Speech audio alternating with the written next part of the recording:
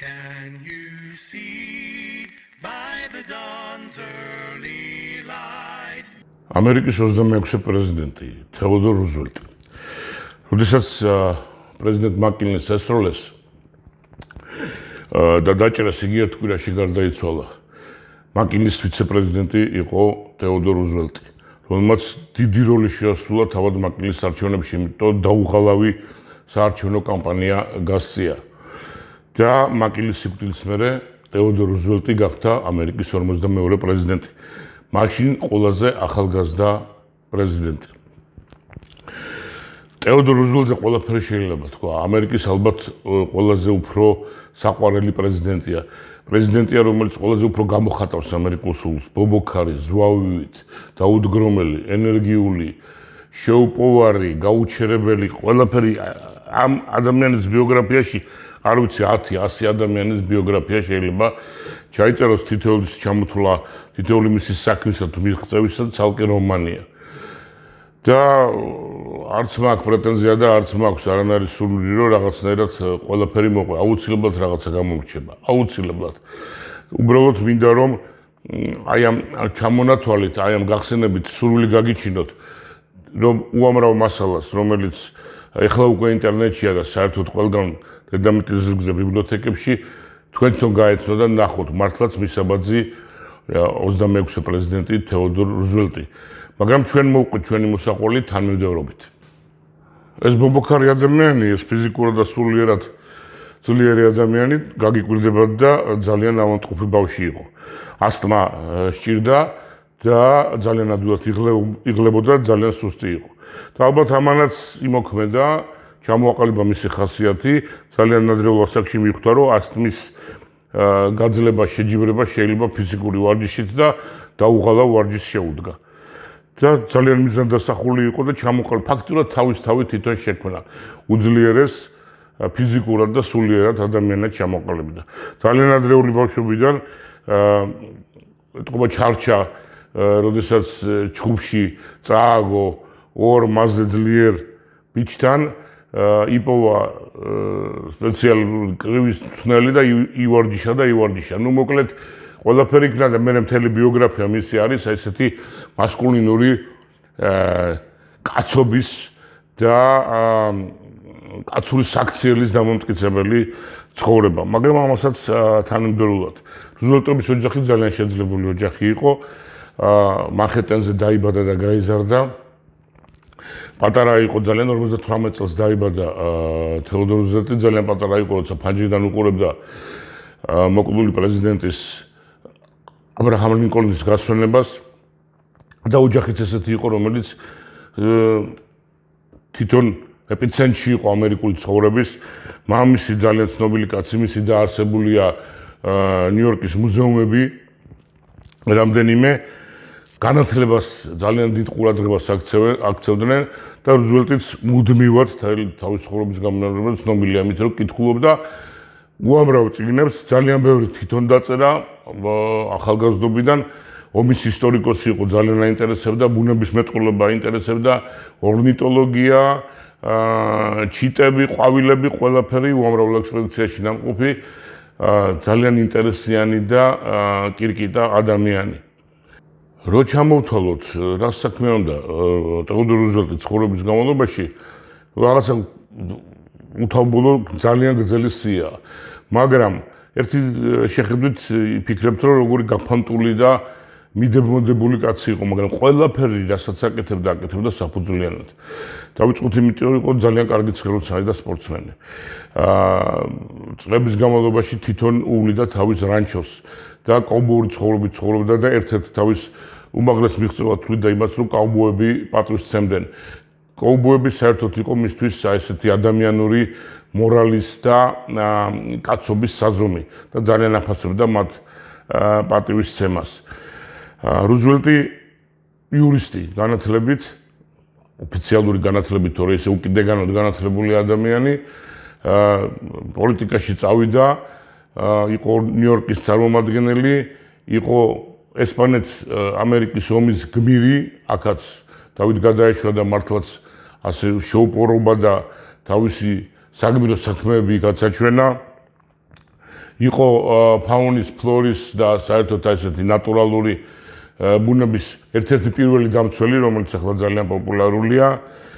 იყო ნიუ-იორკის წარმომადგენელი, ნიუ-იორკის პოლიციის კომიშნერი, ფაქტურად ნიუ-იორკის პოლიციის უფროსი, სასტიკი მებრძოლი კორუფციისთან. ნიუ-იორკის პოლიცია მაშინ იყო კორუფციის ბუდე ფაქტურად და რუზველტისგან ითვლება, რომ ჩამოყალიბდა ის საამაყო ნიუ-იორკის პოლიცია, ნიუ-იორკის პოლიციის დეპარტამენტი, რომელიც ახლა არსებობს. იყო ნიუ-იორკის გუბერნატორი და ვიცე-პრეზიდენტი და შემდეგ პრეზიდენტი. ძალიან ბევრი რამე გამოუტოვე, მაგრამ აი რაც ჩამოთვალე, ალბათ დამეთანხმებით, რომ სრულიად საკმარისია და ზედმეტიც არის ერთი ადამიანისათვის. უკვე საკმაოდ გამოცდილ პოლიტიკაში ჩახედულ კარგ ორგანიზატორ, პოლიციის უმდაუფროსალს, ნაგუბერნატორალს რესპუბლიკურმა პარტიამ შესთავაზა ვიცე-პრეზიდენტობა. და ვიცე-პრეზიდენტობა შესთავაზა იმიტომ, რომ რუსველტის პოპულარობა ძალიან დიდი იყო, ძალიან დიდი ენერგიის პატრონი იყო, უკვე წარმოგიდგენიათ, აი ნამდვილი ზვავი, ტაიფუნი და გადამწყვეტი როლი შეასრულა პრეზიდენტ მაკლინის არჩევანში. და სხვანაირად ჰქონდა დაწყობილი თავისი სამომავლო გეგმა ვიცე-პრეზიდენტობას აპირებდა, მაინდა-მაინც არ აპირებდა ჩარევას ასე ვთქვათ პოლიტიკურ საქმიანობაში, მაგრამ ბედმა სხვაგვარად განსაჯა პრეზიდენტ მაკლინი მოკლეს და 42 წლის რუზველტი გახდა პრეზიდენტი. მაშინვე შეუდგა ბობოქარს საქმიანობას. მარტო ის კმარა ამის ილუსტრაციად, რომ 26 პრეზიდენტი იყო რუზველტი, მანამდე 25-მა წინა პრეზიდენტმა ერთად გამოსცეს 1200 განკარგულება და ახლობით 1200 რაღაცა და მხოლოდ რუზველტმა თავისი პრეზიდენტობის დროს გამოსცა 1100 განკარგულება. ესე იგი ფაქტურად ისეთივე აქტიური იყო, როგორც 25 წინა პრეზიდენტი თავის ორ ვადაში.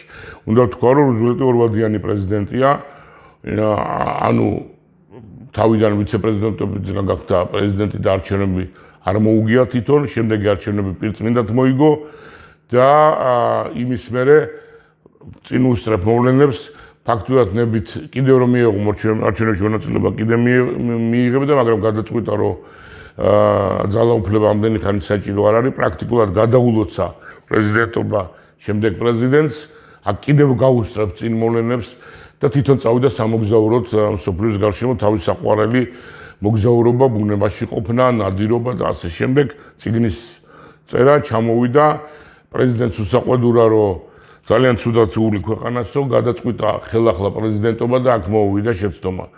ფაქტურად გახლიჩა რესპუბლიკური პარტია, თავისკენ წაიყვანა ნაწილი დარჩა მოქმედ პრეზიდენტთან და აი ამ გახლეჩილობამ უზრუნველყო დემოკრატების გამარჯვება.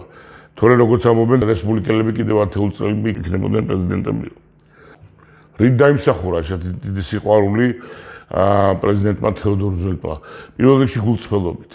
რასაც აკეთებდა, ყველაფერს აკეთებდა მართლად, რისიც ჯეროდა, რისიც წამდა, საშინლად ებრძოდა კორუფციას, ებრძოდა ნეპოტიზმს.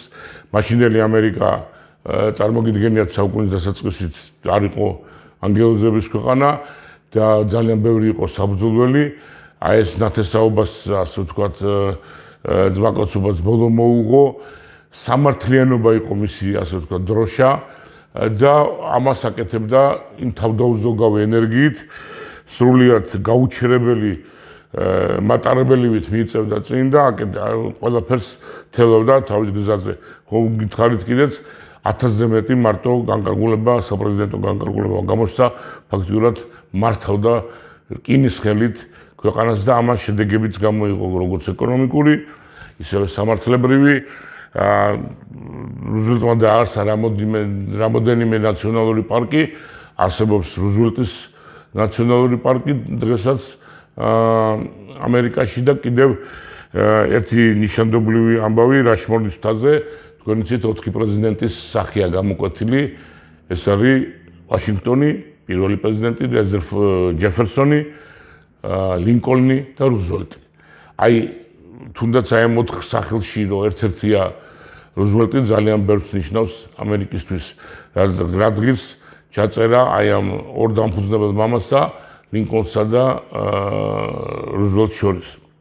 ცხადია ესეთი ბობოქარი ტემპერამენტის ადამიანი არც პრეზიდენტობის მერე გაჩერდებოდა, უკმად ძალიან საყვედურობდა ამერიკულ ადმინისტრაციას პირველი მსოფლიო ომის დროს ომში არ ჩართვას და იწევდა ასე ვთქვათ საომრად თავის თავს თავაზობდა როგორც ერთ-ერთ მეომარს ან მხედართმთავარს, მაგრამ ამის შესრულება არ მოხდა, მაშინ ამერიკულმა ადმინისტრაციამ იძალა და რუზველტი აპირებდა 1920 წლის არჩევნებში მონაწილეობას, ამაზე მეტყველებს მისი დღიური და სერიოზულადაც ემზადებოდა ღმერთმა უწყის, რა შედეგი დამთავრდებოდა ეს არჩევნები, რო არა რუზველტის ნაადრევი გარდაცვალება არ იყო მოხუცი ჩვენი დღევანდელი გადმოსახედიდან, მაგრამ აი 20 წლის არჩევნებში, 1920 წლის არჩევნებში მონაწილეობა აღარ დასცილდა, დამთავრდა დიდი ეპოქა. თეოდორ რუზველტი, ამერიკის 26-ე ყველაზე საყვარელი პრეზიდენტი.